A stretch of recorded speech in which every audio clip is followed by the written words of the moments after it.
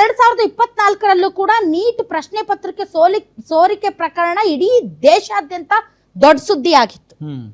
2024ರಲ್ಲಿ ಇದೇ ರೀತಿ ನೀಟ್ ಬರೆದಂತ ವಿದ್ಯಾರ್ಥಿಗಳು ರೊಚ್ಚಿಗೆದ್ದಿದ್ರು. ಇಡೀ ಭಯಂಕರ ಪ್ರಕರಣವಾಗಿ ದೇಶಾದ್ಯಂತ ಸಂಚಲನ ಸೃಷ್ಟಿ ಮಾಡಿತ್ತು. ಆದರೆ ಸುಪ್ರೀಂ ಕೋರ್ಟ್ ಅಲ್ಲಿ ರೀ ಎಕ್ಸಾಮ್ ಮಾಡೋದಕ್ಕೆ ನಿರಾಕರಣೆ ಮಾಡಿತು.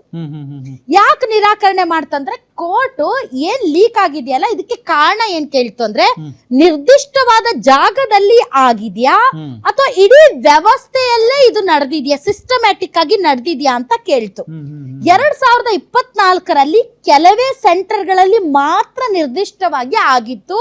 ಹಾಗಾಗಿ ಆ ಸೆಂಟರ್ಗಳಲ್ಲಿ ಮಾತ್ರ ರೀ ಎಕ್ಸಾಮ್ ನಡೆದಿತ್ತು.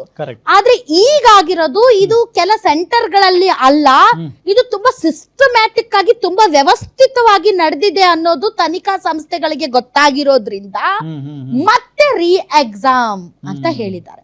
2024ರಲ್ಲಿ ಕಂಪ್ಲೀಟ್ ಆಗಿ ನೇಷನ್ ವೈಡ್ ರೀ ಎಕ್ಸಾಮ್ ನಡೆದಿರ್ಲಿಲ್ಲ.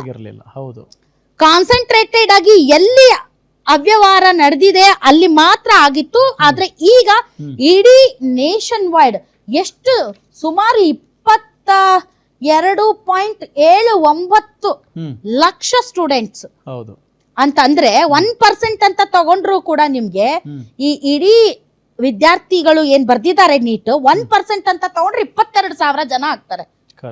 1% ಅಂತ ತಗೊಂಡ್ರೆ 22,000 ಜನ ಆಗ್ತಾರೆ.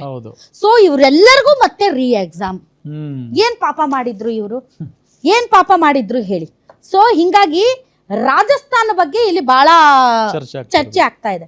ನಾನು ಆಗ್ಲೇ ಹೇಳ್ದಾಗೆ ರಾಜಸ್ಥಾನದ ಸಿಕರ್ ಏನಿದೆ ಅದು ತುಂಬಾ ದೊಡ್ಡ ಒಂದು ಕೋಚಿಂಗ್ ಹಬ್.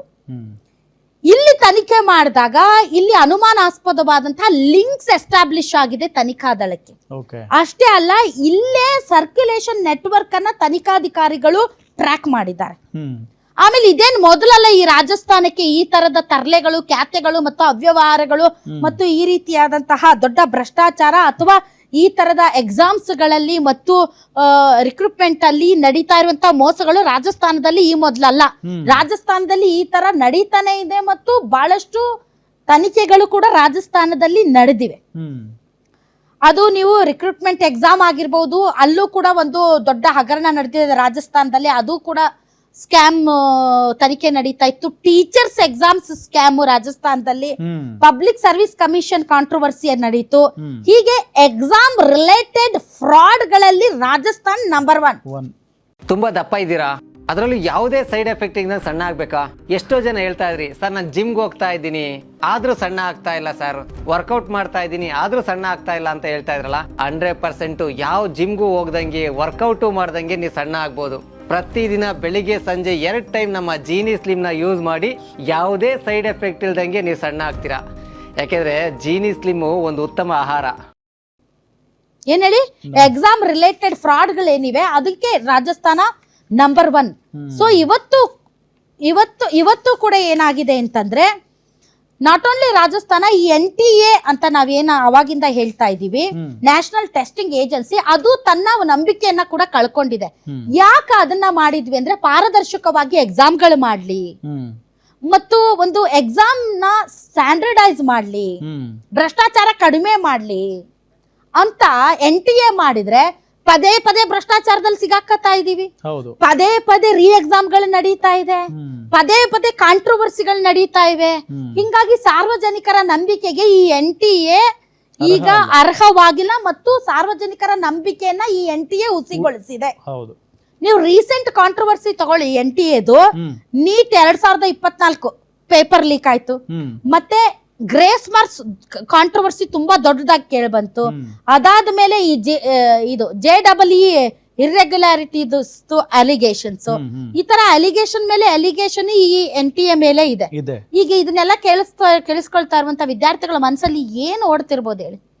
ಈ ವ್ಯವಸ್ಥೆ ಬಗ್ಗೆ ಯಾವ ತರದ ಅವ್ರಿಗೆ ಬೇಸರ ಮತ್ತು ಒಂಥರ ಅಸಹ್ಯ ಭಾವನೆ ಹುಟ್ಟುತ್ತೆ ಹೇಳಿ?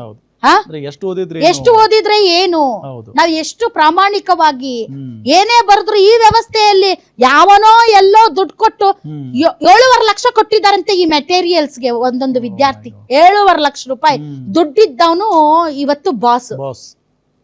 ಕಣ್ಣಿಗೆ ಎಣ್ಣೆ ಬಿಟ್ಕೊಂಡು ಓದಿರುವಂತ ವಿದ್ಯಾರ್ಥಿಗಳು ಫೂಲ್ಸ್ ಈಗ ನಿಜ ಮ್ಯಾಮ್. ಈಗ ನಾವು ಮಾತುಗಳನ್ನ ಕೇಳಿಸ್ಕೊಳ್ತಾ ಇರುವಂತ ವಿದ್ಯಾರ್ಥಿಗಳಿಗೆ ಹೌದು. ಏನ್ ಈ ವ್ಯವಸ್ಥೆ ಬಗ್ಗೆ ನಂಬಿಕೆ ಬರುತ್ತಾ ಹೇಳಿ?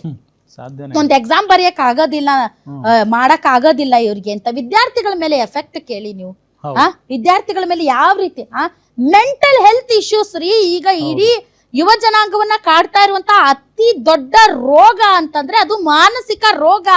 ಈ ಎಕ್ಸಾಮ್ಸ್ ಒತ್ತಡ ಅನ್ನೋದು ಎಷ್ಟರ ಮಟ್ಟಿಗೆ ದೊಡ್ಡ ಫೋಬಿಯಾ ಆಗಿದೆ ಅಂತಂದ್ರೆ ಇಲ್ದ ಬಲ್ದ ರೋಗಗಳು ವಿದ್ಯಾರ್ಥಿಗಳಿಗೆ ಬರ್ತಾ ಇದೆ. 1 ರಿಂದ 2 ವರ್ಷದ ತನಕ ಪ್ರಿಪೇರ್ ಮಾಡಿ, ರಿವಿಷನ್ ಸೈಕಲ್ ಕಂಪ್ಲೀಟ್ ಮಾಡಿ, ಎಕ್ಸಾಮ್ ಮೋಡ್ ಇಂದ ಹೊರಗಡೆ ಬಂದು ರಿಲ್ಯಾಕ್ಸ್ ಆಗಿರ್ತಾರೆ. ಈಗ ಮತ್ತೆ ಎಕ್ಸಾಮ್ ಅಂದ್ರೆ ಯಾವಾಗ ಎಕ್ಸಾಮು, ಮತ್ತೆ ಪ್ರಿಪರೇಷನ್ ಶುರು ಮಾಡ್ಬೇಕು. ಬಳಲಿಕೆ, ಆಯಾಸ, ಆಂಗ್ಸೈಟಿ, ಇನ್ಸೋಮೇನಿಯಾ, ಮತ್ತೆ ರ್ಯಾಂಕ್ ಇನ್ಫ್ಲೇಷನ್ ನಾನು ಆವಾಗ್ಲೇ ಹೇಳದ್ನಲ್ಲ. ಮತ್ತೆ ಈಗ ಟೈಮ್ ಸಿಕ್ಕಂಗೆ ಮತ್ತೆ ಎಲ್ಲರೂ ಚೆನ್ನಾಗಿ ಓದ್ತಾರೆ. ಈಗ ಮತ್ತೆ ರ್ಯಾಂಕಿಂಗ್ ಗೋಸ್ಕರ ಹೊಡೆದಾಟ ಶುರು ಆಗುತ್ತೆ. ಐ ಮೀನ್ ಹೊಡೆದಾಟ ಅಂದ್ರೆ ಲಿಟ್ರಲಿ ಹೊಡೆದಾಟ ಅಲ್ಲ. 99%, 100% ತಗೊಂಡ್ರು ಕೂಡ ರ್ಯಾಂಕಿಂಗ್ ಸಿಗೋದು ಕಷ್ಟ ಇದೆ. ಹಂಗಿದೆ ರ್ಯಾಂಕ್ ಇನ್ಫ್ಲೇಷನ್. ಸೊ ಇದ್ರದ್ದು ಒತ್ತಡ ಬೇರೆ ಪಾಪ ಅವರು ನಿದ್ದೆಗೆಟ್ಟು ಓದಿರ್ತಾರೆ. ಆಮೇಲೆ ನೋಡಿ, MBBS ಇದು ಕೌನ್ಸಿಲಿಂಗ್ ಲೇಟ್ ಆಗುತ್ತೆ, ಹಾಸ್ಟೆಲ್ ಅಲೋಕೇಶನ್ ಲೇಟ್ ಆಗುತ್ತೆ, ಇಂಟರ್ನ್ಶಿಪ್ ಪೋಸ್ಟ್ಪೋಂಡ್ ಆಗ್ತವೆ, MBBS ಸೆಷನ್ಸ್ ಡಿಲೇ ಆಗ್ತವೆ. ಆಮೇಲೆ ನೋಡಿ ಮತ್ತೆ ಇವರು ರಿವಿಷನ್ ಮಾಡ್ಬೇಕು, ಮತ್ತೆ ಓದ್ಬೇಕು, ಮತ್ತೆ ಯಾವ್ದಾದ್ರು ಕೋಚಿಂಗ್ ಕ್ಲಾಸ್ಗೆ ಮತ್ತೆ ದುಡ್ಡು ಕಟ್ಟಬೇಕು, ಮತ್ತೆ ಇರೋದಕ್ಕೆ ಅಲ್ಲಿ ರೂಮು ಗೀಮು ರೆಂಟ್ ಕಟ್ಟಬೇಕು, ಅಥವಾ ಹಾಸ್ಟೆಲ್ ಸ್ಟೇ ಇದ್ರೆ ಹಾಸ್ಟೆಲ್ ಸ್ಟೇನು ಮಾಡ್ಬೇಕು, ಮತ್ತೆ ಪದೇ ಪದೇ ಮಾಕ್ ಟೆಸ್ಟ್ ಗಳು ತಾವೇ ಮಾಡ್ಕೊಳ್ಬೇಕು, ಅದಕ್ಕೂ ದುಡ್ಡು ಖರ್ಚು. ಎಂತ ಫಿನಾನ್ಷಿಯಲ್ ಬರ್ಡನ್ ಅಲ್ವಾ? ನಾವು ಸುಮ್ನೆ ಹೇಳ್ಬಿಡ್ತಾ ರೀ ಎಕ್ಸಾಮ್ ಅಂತ ದುಡ್ಡಿದ್ದವ್ರು ಹೆಂಗೋ ಮಾಡ್ತಾರೆ. ಈಗ CBI ತನಿಖೆ ನಡೆಸ್ತಾ ಇದೆ. ಈಗ ಪ್ರಿಂಟಿಂಗ್ ಪ್ರೆಸ್ ಅಂತೆ, ಆಮೇಲೆ ಪೇಪರ್ ಟ್ರಾನ್ಸ್ಪೋರ್ಟೇಷನ್ ಹೇಗ್ ನಡೆದಿದೆ, ಮತ್ತೆ ಮೆಸೇಜ್ಗಳು ವಾಟ್ಸ್ಆಪ್ ಗಳು ಏನ್ ಎನ್ಕ್ರಿಪ್ಟೆಡ್ ಮೆಸೇಜ್ ಸೈಕಲ್ ಇದೆ ಅದ್ರ ಬಗ್ಗೆ, ಮತ್ತೆ ಕೋಚಿಂಗ್ ನೆಟ್ವರ್ಕ್ ಗಳ ಬಗ್ಗೆ, ಮತ್ತು ಎಕ್ಸಾಮ್ ಹಾಲ್ ಒಳಗಡೆ ಇನ್ಸೈಡರ್ಸ್ ಯಾರಾದ್ರೂ ಏನಾದ್ರು ಫ್ರಾಡ್ ಮಾಡಿದಾರ, ಅಲ್ಲರಿ ಆಧಾರ್ ಕಾರ್ಡ್ ಅಂತೀವಿ, ಬಯೋಮೆಟ್ರಿಕ್ ಅಂತೀವಿ, CCTV ಸರ್ವಿಲಿಯನ್ಸ್ ಅಂತೀವಿ, ಡಿಜಿಟಲ್ ಸರ್ವಿಲಿಯನ್ಸ್ ಅಂತೀವಿ, ಎಲ್ಲ ಬದ್ನೆಕಾಯ ಹಂಗಾದ್ರೆ? ಏನ್ ಬೆಲೆ ಇಲ್ವಾ ಹಂಗಾದ್ರೆ ಎಲ್ಲದಕ್ಕೂ? ನಮ್ಮಂತವ್ರ ಮಕ್ಕಳು ಎದುರ್ಬೇಕು, CCTV ಇರ್ತವೆ, ಆ ಕಡೆ ನೋಡ್ಬೇಡ. ನಮ್ಮ ಮಕ್ಕಳಿಗೆ ನನ್ನ ಮಗನ್ನ ಹೇಳ್ಕೊಳ್ಸೋದು, ಬರ್ಲಿಲ್ಲ ಅಂದ್ರೂ ಪರವಾಗಿಲ್ಲಪ್ಪ, ಆ ಕಡೆ ಈ ಕಡೆ ನೋಡ್ಬೇಡ ಅಂತೀನಿ ನಾನು. ಆ ಕಡೆ ಈ ಕಡೆ ನೋಡ್ಬೇಡ, ಯಾರನ್ನು ಕೇಳ್ಬೇಡ, ಬಂದಿದ್ದಷ್ಟು ಬರದು ಬಾ, CCTV ಇರ್ತಾವ, ನೋಡ್ತಿರ್ತಾರೆ. ಇಡೀ 1 ವರ್ಷ 2 ವರ್ಷ ಓದಿದ್ದೆಲ್ಲ ಹಾಳಾಗತ್ತ ಅಂತ ನಾವು ನಮ್ಮ ಮಕ್ಕಳಿಗೆ ಹೇಳಿ ಕಳಿಸ್ತೀವಿ.